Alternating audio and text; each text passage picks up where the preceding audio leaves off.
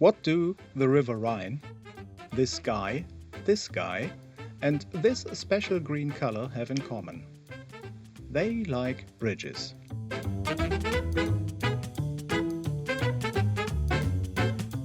The green in question is based on chromium-free oxide. Bayer brought it to market as a pigment in 1929. 5 of Cologne's 8 bridges are painted in this. 4 of them are city property and cannot get painted in a different color. The color scheme is protected by conservation guidelines. Every child in Cologne knows steel has to be green. This guy is Konrad Adenauer. Born in 1876 in Cologne, he became the mayor of Cologne in 1917. In 1927, the conservative Catholic needed support for a bridge project built by his buddies. He secured a number of votes from communists by giving contracts to left-leaning companies. He had a somewhat flexible relationship with democracy. As Chancellor of West Germany, he let agents spy on opponents and decided to install West Germany's capital in Bonn because it was right opposite of his home in Röndorf, where he died in 1967. And he loved chromium oxide green.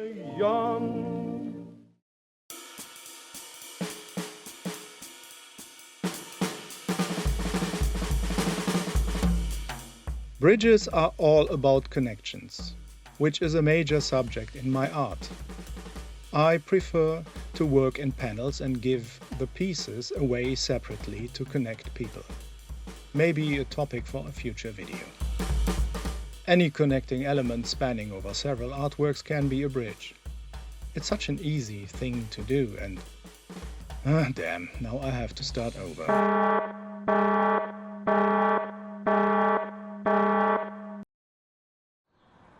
In 1945, all bridges over the Rhine in Cologne were gone, either destroyed by Allied bombs or blown up by the Germans themselves, or, as with the Mülheim Bridge, hit by an American bomb which ignited the explosives the Germans had applied to blow up the bridge.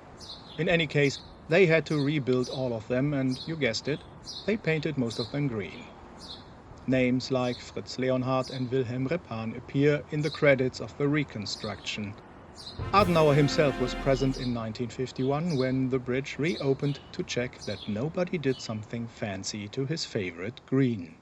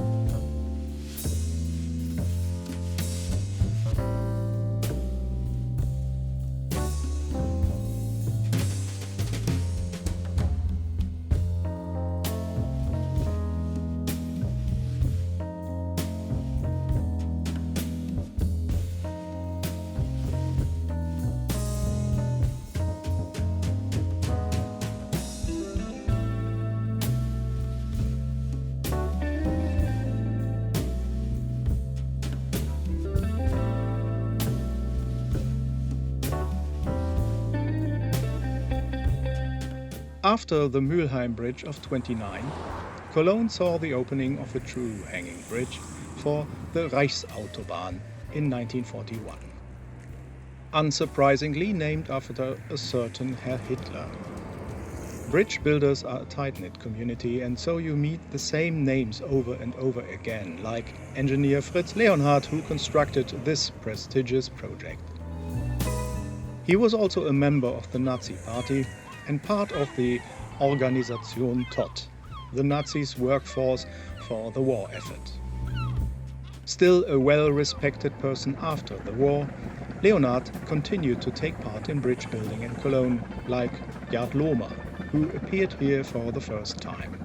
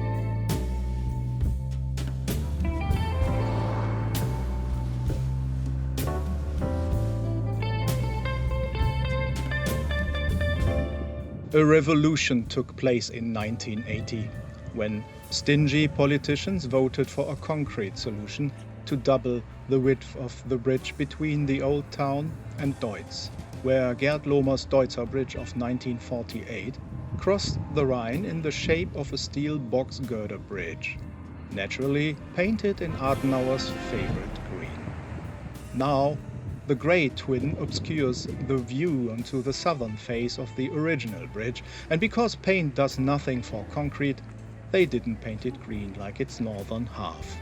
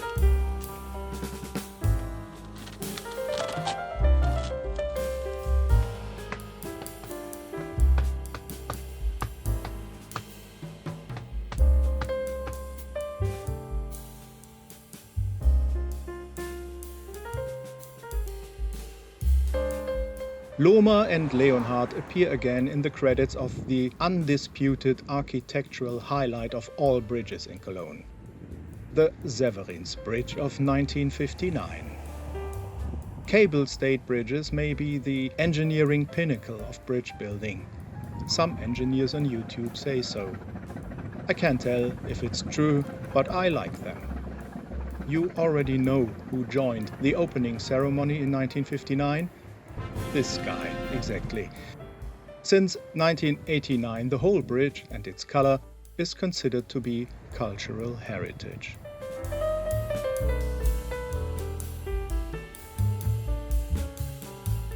You can cross all 8 bridges over the Rhine in one afternoon if you use a bicycle. I'm doing this for decades now. I'm not obliged to use chromium oxide green for painting bridges. But every time I see a bridge which is not green, I'm irritated. There is something wrong. I consider this to be a permanent imprint to my brain, forced upon me by a grumpy politician. Willingly using a different color feels childishly defiant. While sketching a 6th artwork for this series, an abstract interpretation of the Kölbrand Bridge in Hamburg, I inadvertently did all color sketches in chromium oxide green. The Kölbrand Bridge ramps are made of concrete, and its 2 famous pylons are, surprise, blue. I finally stopped working on it.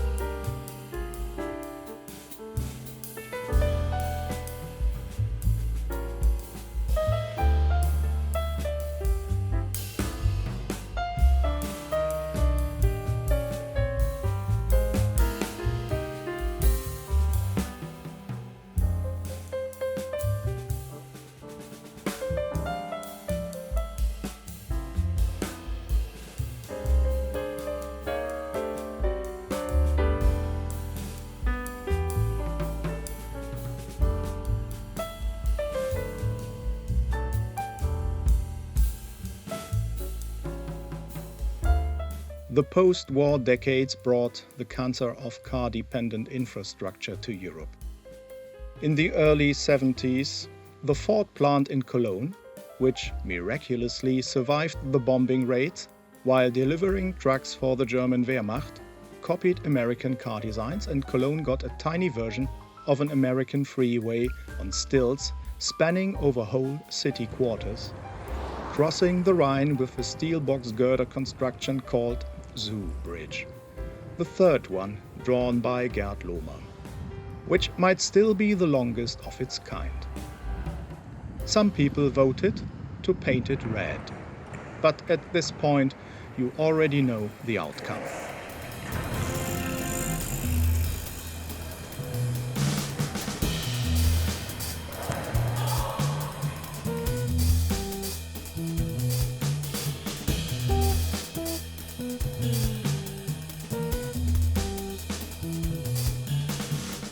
Don't be disappointed because I didn't talk much about the artworks themselves. You can see the process. It's quite familiar to me now, and it's no longer free of intentions like in the beginning. The first attempt totally displeased me, so I copied it one-to-one and started over. But I rescued the first one with some overlays of colors I let people vote for on social media. I like the first series better now. It's more like real life. I showed most of my bridge artworks in an exhibition I was part of in 2021. It took place in Bremerhaven, near the river Weser. There, they don't need bridges. They deem boats to be a proper mode of transportation. If they want to cross the stream, they use ferries or a tunnel.